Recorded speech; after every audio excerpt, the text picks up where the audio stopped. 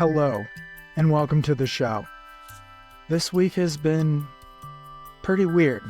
I just recorded a full episode and the audio didn't work for the guest, so here we are recording a last-minute show to keep up the schedule because the audio just didn't work. But one thing we talked about was how when you go for an FKT, you have to have the logistics dialed, the training dialed, your mind in it, your body ready, and to be primed, at least for the premier FKTs. And I don't think a lot of people realize how all-consuming that is. So maybe you can run 3 or 4 100-milers in a year. Maybe you can do 4 200-milers in a year. But to do a premier FKT these days, I think maybe you could do 2, but they're so fast and so hard that everything has to be dialed and go perfectly. And then you also have to recover on the backside before you could go for another one, unlike anything else, because you throw in sleep deprivation, you throw in destroying your body, and you mentally have to be ready to go after another record and logistically as well. So I think FKTs are so fascinating because they're not quite so wholly accepted by everyone, and especially brands and stuff, where a lot of the glitz and glamour is around ultra marathons, especially the live streamed ones and things like that. But at the same time that the last couple episodes I've been talking about and ultra marathons and performances and stuff, there are, I think, 4 active Arizona Trail record attempts in all different ways, ranging from Mike McKnight and Georgia Porter going supported, Nick Fowler going self-supported, and there's one other person out there, I just can't remember who it is, and Eric Halston, who I chatted and hung out with at Javelina, who just got off. There's been like 5 DNFs on the attempt at the record on that. It is Arizona Trail season, and while some trails have seen FKTs, like the Appalachian Trail, some have not had much action, like the Pacific Crest Trail. It's just been an interesting year of tons of action on the Colorado Trail, but not much on the John Muir Trail as far as breaking records and stuff. So it's just interesting how it goes in waves and what proves to be popular and inspiring to people and what they'll go after, and then the ones that they don't. So we'll see. We'll have probably like 10 to 12 total record attempts on the Arizona Trail by the time this is over, and we'll see if we get any FKTs so far. So Nick Fowler, who was on the show, he was on like episode 3 or 4, but so you can go back and listen to that. We are 50 episodes in, by the way. Congratulations, me, woohoo. More on that later, or not if I forget. But Nick Fowler, I was texting with him a little bit. So he went for the FKT, the record on the Arizona Trail, starting at the Utah border and headed south. 2 days in, 1 day in, basically, he gets to the Grand Canyon on day 2. And there's all these signs like drink enough water. People like get dehydrated and sick all the time. So make sure to bring enough water with you. And so, of course, Nick is doing the FKT. He has the record on the Pacific Crest Trail. He knows what he's doing. No big deal. So he flies right by that. He does not think about it.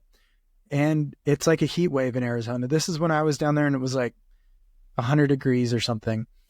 So he gets very dehydrated, sick. Things do not go well. The FKTs had to reach over. He said that people had, like some family had to help him walk out of the canyon so he could get out of there before dark. So FKT over, no good, DNF. But he rests up 2 days later and he's back at it. He's done like 65, 63, and 70, I think, are his mileage so far for the first few days here on his FKT attempt. So pretty awesome. He's back at it, and as he told me in a text, he's just turning it into a 1,000-mile FKT effort. That's what it takes, I guess, when at first you don't succeed, try, and try again. So we have him out there, Georgia Porter, who is really fast at shorter stuff and specifically moved into some longer stuff as far as like 100-milers and stuff. She is going after it supported. Mike McKnight's out there. He's around mile 300, Georgia Porter, I believe, is also around mile 300 or so. And Mike McKnight is on his, I think, third attempt at this. So he's got to have logistics dialed. He's got to have everything figured out. He's going supported, so that means that his pacers and people with him can literally mule. So that means they're just carrying the stuff he needs along the way with him, and goes from there. As for other FKTs, I think it's pretty light for stuff going down as far as records. It's winding down as far as ultra season, which means probably shifting focus to other continents. Like there's Ultra Trail Cape Town, which is not in this hemisphere, which I think is how a lot of the ultra marathons go. As we wrap up and head into winter here, we've got a dusting of snow in Montana, and things move south just like snowbirds. That is basically where we're at as far as FKTs. And that brings us to award season, which is really interesting how it's set up.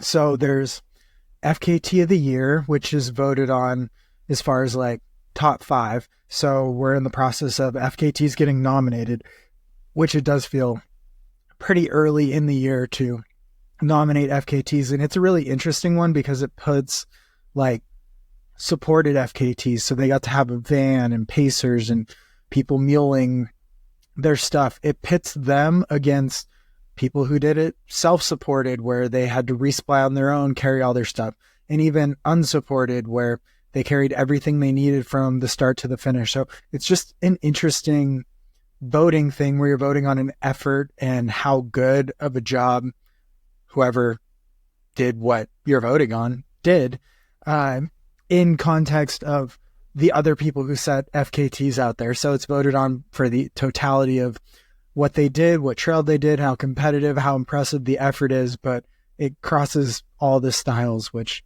is pretty interesting. I don't know. It kind of feels like if in figure skating, the solo people were competing against the couples figure skaters. Why did I choose figure skating? I don't know anything about figure skating, but I did see a funny thing the other day that was like, ultra runners or long distance runners are only long distance runners because they weren't good enough at any other sports. And that was pretty funny. My sport would have been basketball. I loved basketball. It was my favorite sport. Still quite fun to watch and root for. I just wish I'd been taller. Wish I'd probably had a better chance, been better at it. But I was not. I was the best at baseball, and that didn't work out. And so back to award season. So the other awards that are out there in this little niche, if you're listening, are there. So Ultra Signup does awards for like best pacer of the year, best crew of the year, best things like that. So there's awards there.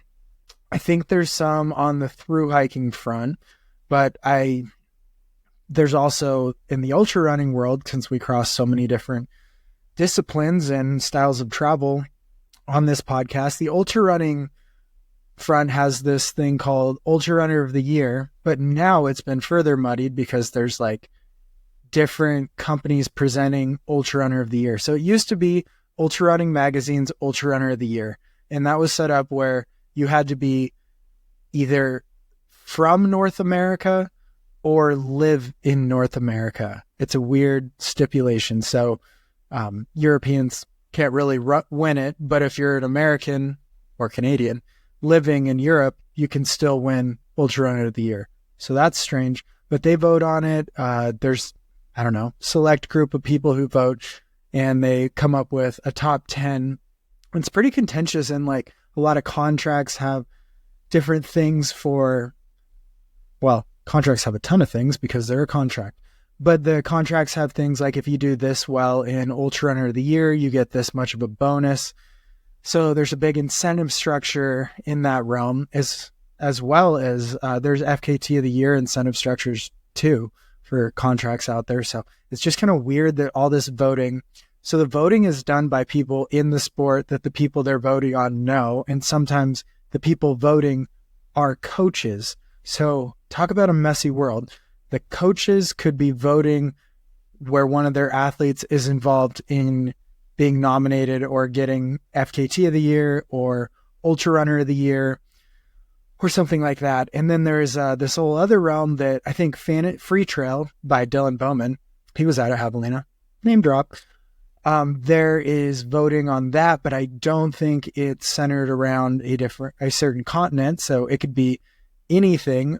But then again, when you talk about ultra running, an ultra marathon is basically 50 kilometers. So, or just more than a marathon. We'll just go with that. So it could be more than a marathon all the way up to like thousands of miles. So if you did like a fixed time, 6-day race, set a record there, you would be competing with someone who did like a really fast 50-kilometer race. So one person whose time is measured in days could be competing against somebody whose time is measured in hours or like 3 hours.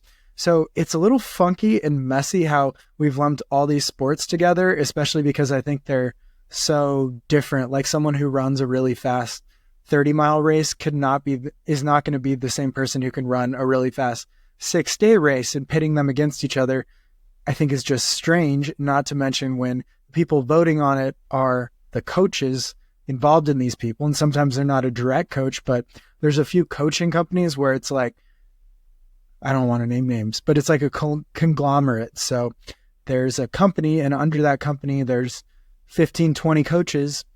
There's a bunch of these, so I'm not pointing a certain one out, but maybe one of the voters on Ultra Runner of the Year coaches all his athletes, and they're not, or her, and they're not going to win an award. But on the flip side, maybe that person's colleague coaches one of the people who's nominated for the award. So there is that thing of you'd want your own athletes under the same coaching tree, we'll call it, to get nominated, because that leads to more prestige and stuff. So that is interesting in terms of voting. The same thing happens in FKTs because there are coaches and such now. I'm actually coaching a couple athletes that have their eyes on pretty big FKTs for next year. So we're actually in the building stage of that. Maybe I'll get to that in a second. But if people are nominated and their athletes are nominated, you're going to want to vote for your own athlete, because you could say, my athlete got first in FKT of the year, and that's prestigious for building your own business. So it's a bit biased. This is coming from some of the experience of, well, I didn't have a coach that was voting on anything over the years, but I got 4th FKT of the year in 2019 and 3rd for FKT of the year in 2022. But I also think I got snubbed in 2022, but you got to bet on yourself. That's for the John Muir Trail.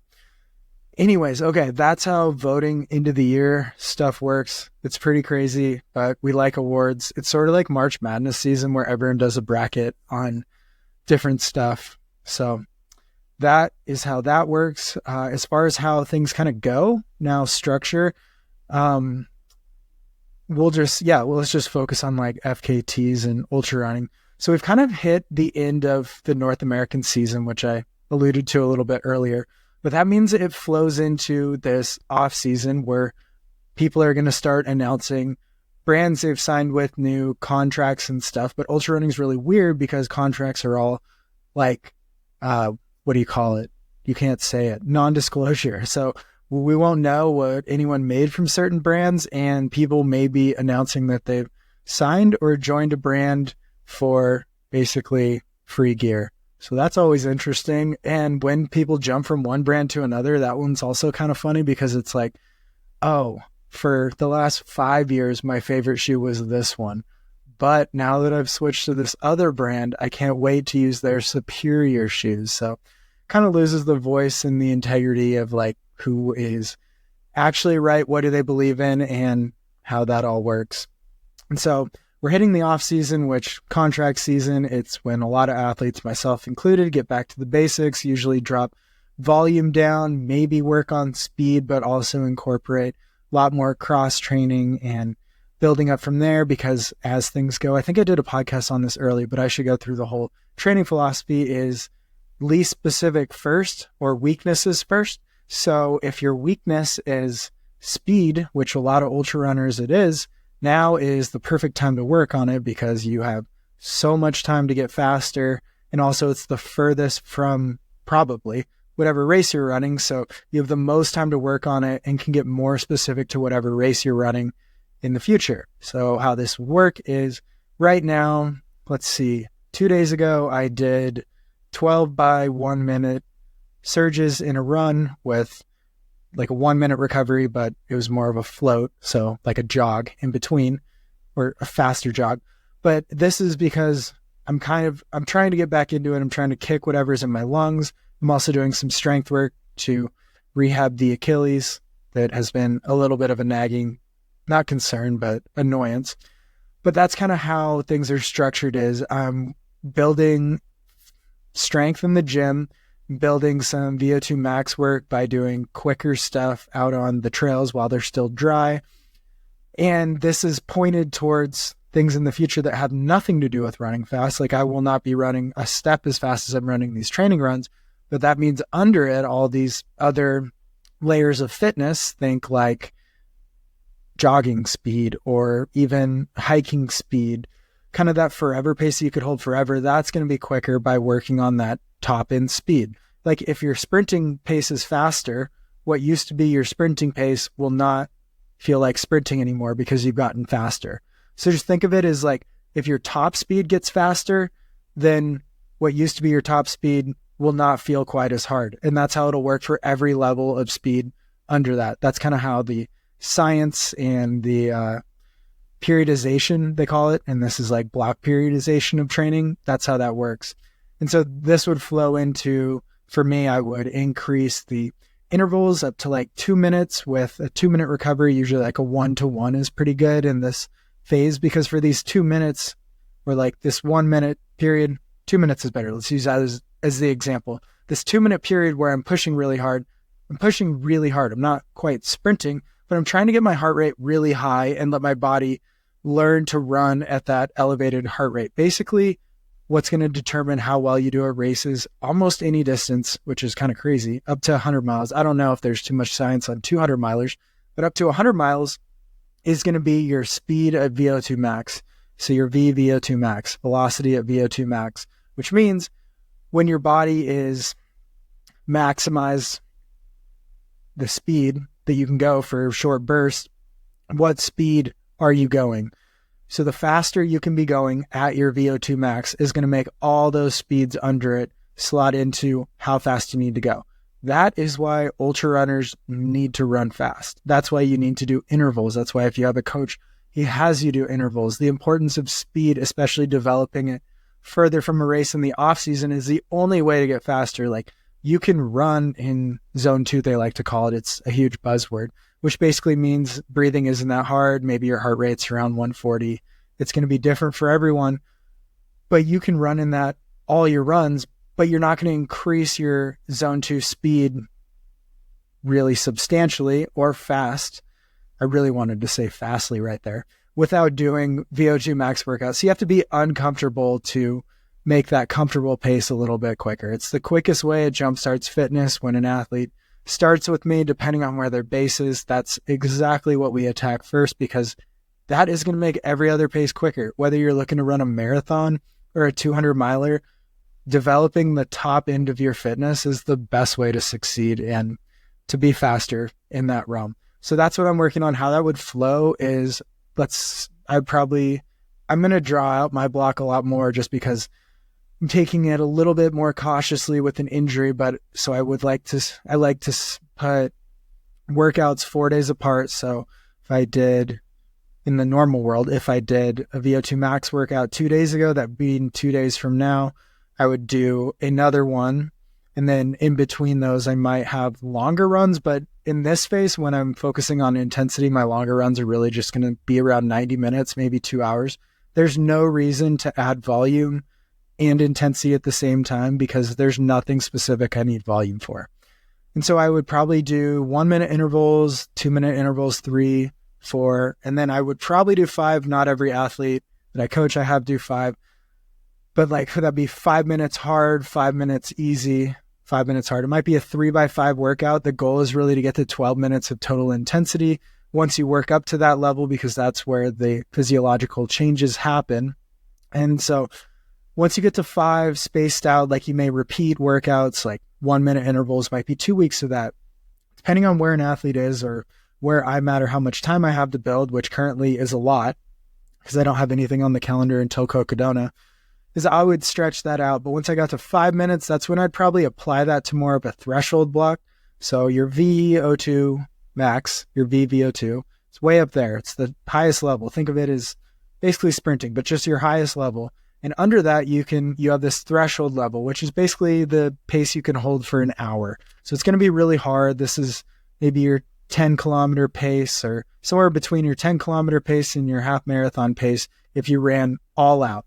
So that's your threshold, and that's what you can develop. And that can get that can get close to VO2 max. So once you push that ceiling as high as you can, the ceiling is VO2 max, then you want to push that threshold up as close to the ceiling as you can. It's like just hanging that next layer. Maybe, okay, VO2 max is the roof. Now we're building that ceiling as close to the roof as we can to maximize that space under it that we have to work with. So that's when you would develop your threshold state by doing something like 3 by 8 minutes or 4 by 10 minutes. So these would be like 8, 10, 12, 15, maybe 30-minute surges. And these are really hard workouts because you have to stick with them so long. These are some of the hardest ones when I coach athletes. It's really hard, and you have to be mentally prepared for a hard day out there of pushing because we've already built the house, built the roof, and now we're trying to maximize how hard we can push at one time for as long as we can within that VO2 max that we built. And so now that threshold block periodization, that threshold block, we did a VO2 max. Now this is the threshold. It's usually a little bit shorter, and it leads right into a more volume building, race specific type of block. This is going to be usually the longest block, especially if you're doing like a 100-miler or even a 50-miler, something where the distance scares you or the distance is going to be a hard factor, or you have things involved like heat, vert, altitude, climbing, speed, like on flat terrain, humidity. All those factors are things you're going to want to work on, and why it's specificity and specific close to the race is that's the best and most useful time to mimic it. And this is the time to also train your gut, work on hydration, learn which gear you're using, like shoes, socks, how your feet are going to hold up, everything like that. So you built all the fitness, and now you're applying the fitness to the race you're actually going to run, and which gear and I guess resources you're going to need. So the whole point of this is you know your body the best, and it's as close as it's going to be to the fitness that you need. And that's when you're applying it to the specific race that you're doing.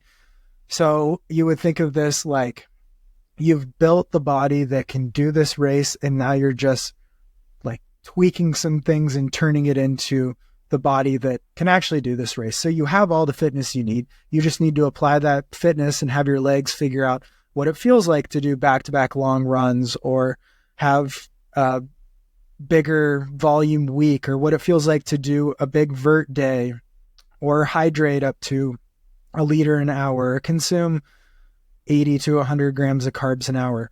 You're taking the body that you built and you're applying it specifically to the race that you want to have and how you're going to have that. And that leads right into, well, I like to have a training camp where it would be like 3 or 4 days, high volume. I did this for Cocodona, and my training camp was like 38 miles, 40 miles, and 15 miles. So I did 2 big days and then a shorter day. And then I drove home. I went down as far south as I could in Utah. Unfortunately, it still snowed on the last day.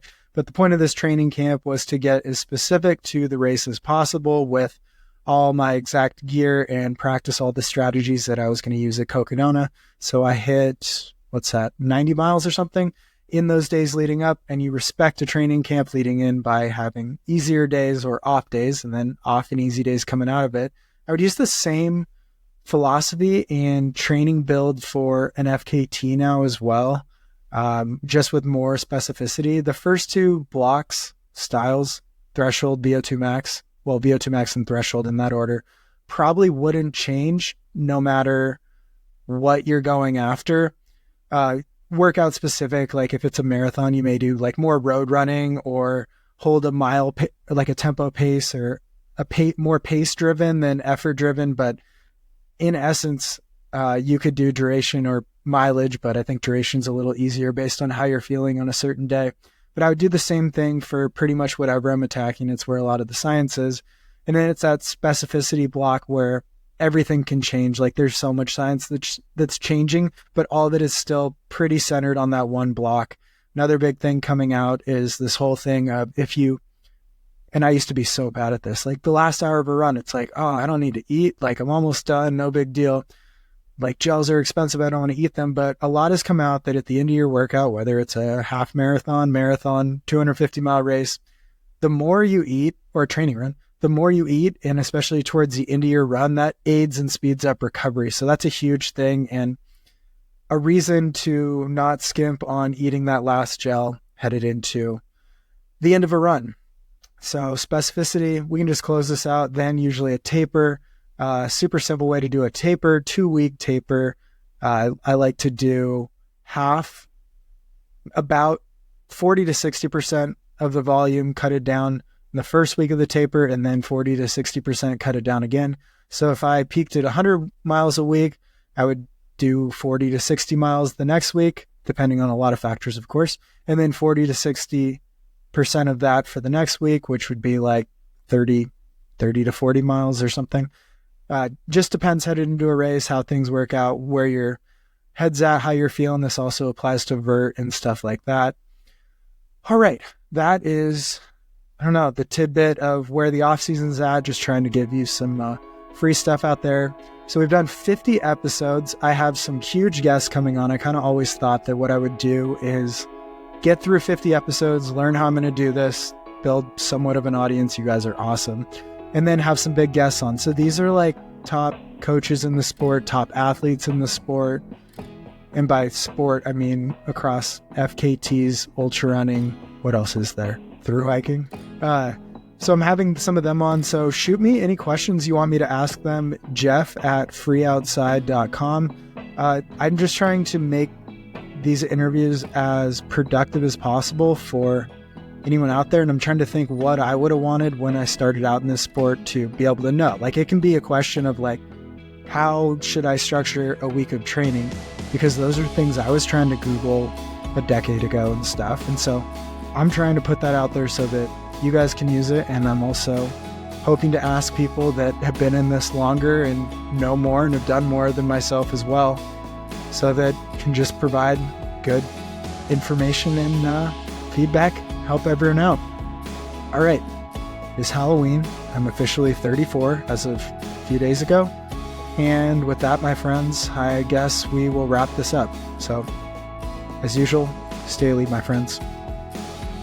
Just a quick text to talk note done by AI imitating my voice. The next episode will come out on Tuesday because of guest scheduling.